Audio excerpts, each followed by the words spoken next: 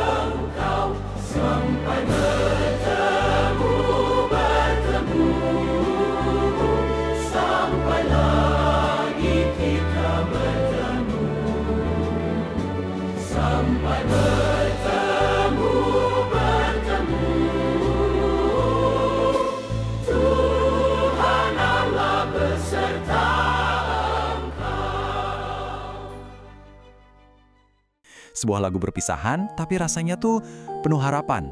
Tapi pernah kepikiran nggak sih, di balik melodinya yang begitu indah, ternyata ada sebuah kisah yang sangat sederhana, tapi juga sangat menyentuh. Coba deh kita pikirin sebentar. Setiap hari kita kan mengucapkan selamat tinggal, sampai jumpa, atau kata perpisahan lainnya. Pernah nggak sih kita berhenti sejenak dan benar-benar merenungkan maknanya? Ternyata sebuah frasa yang kedengarannya biasa banget itu bisa menyimpan arti yang luar biasa dalam. Bahkan, saking dalamnya bisa menginspirasi lahirnya salah satu himne paling terkenal di dunia.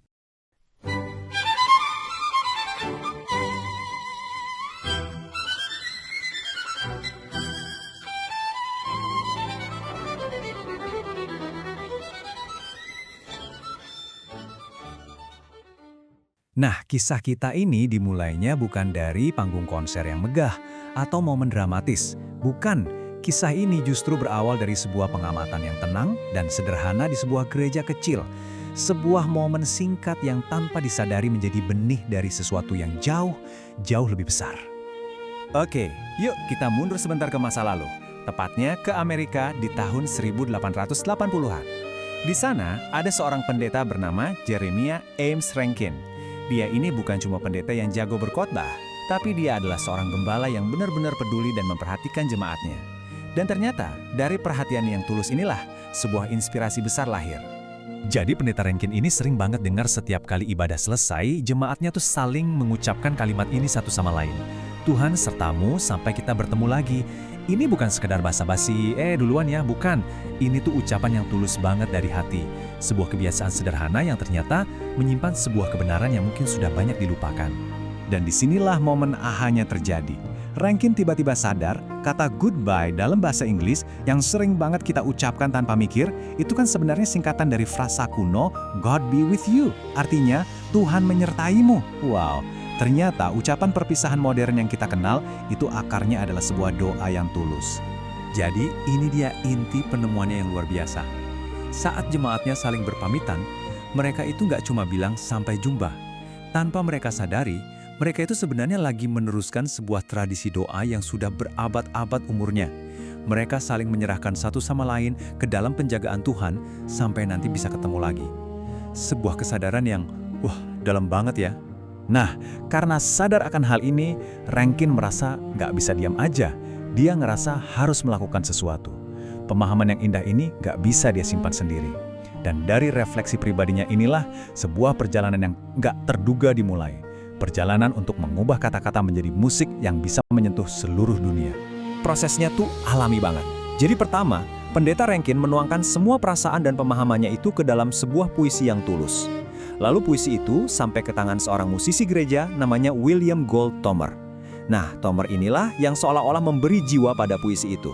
Dia menciptakan melodi yang tenang, penuh pengharapan, yang sekarang kita kenal banget. Dari kolaborasi mereka berdua inilah lahir sebuah himne yang abadi.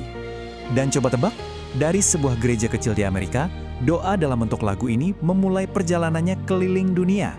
Lagu ini melintasi batas negara, bahasa, dan budaya, menyentuh jutaan hati dimanapun. Yuk kita lihat gimana sebuah pesan yang sederhana bisa punya gaung yang sebegitu luasnya. Temus, apa sih yang bikin himne ini begitu kuat? Jawabannya, karena setiap baitnya itu adalah sebuah doa yang utuh. Di dalamnya ada permohonan yang tulus supaya Tuhan melindungi kita, ada harapan yang manis bahwa kita akan bertemu lagi, ada kepercayaan penuh pada tuntunannya. Ini bukan sekedar lagu perpisahan, ini adalah doa yang diberi melodi yang indah. Dampaknya, wah, luar biasa luas.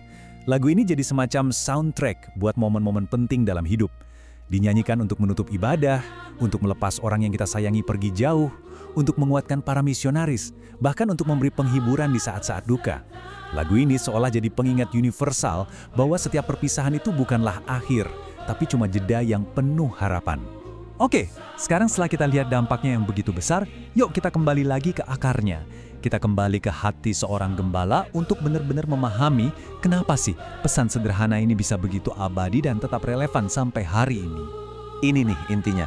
Coba kita bayangkan sejenak pendeta Rankin berdiri di depan pintu gereja melihat jemaatnya satu persatu pulang kembali ke dunia luar yang kita tahu kan penuh dengan ketidakpastian. Dia tahu dia nggak bisa menemani mereka semua setiap saat. Tapi ada satu hal yang bisa dia lakukan, menyerahkan mereka dalam doa kepada Tuhan. Dari hati seorang gembala yang begitu peduli inilah himne ini lahir. Jadi apa nih pelajaran abadi yang bisa kita bawa pulang dari sini? Himne ini ngajarin kita beberapa hal penting. Pertama, perpisahan itu bukan titik, tapi cuma jeda. Kedua, cinta dan doa itu bisa melintasi jarak sejauh apapun. Dan yang ketiga, iman itu bisa jadi jangkar yang memberikan kita kekuatan luar biasa di tengah badai perpisahan. Sebagai penutup, yuk kita kembali ke pertanyaan di awal tadi. Kisah di balik Tuhan sertamu ini menunjukkan kalau makna yang paling dalam itu seringkali tersembunyi di dalam hal-hal yang kita anggap paling biasa. Gimana kalau kita coba mulai lebih peka lagi? Mungkin saja doa-doa terindah itu sebenarnya sudah ada di ujung lidah kita setiap hari, hanya tinggal menunggu untuk kita sadari.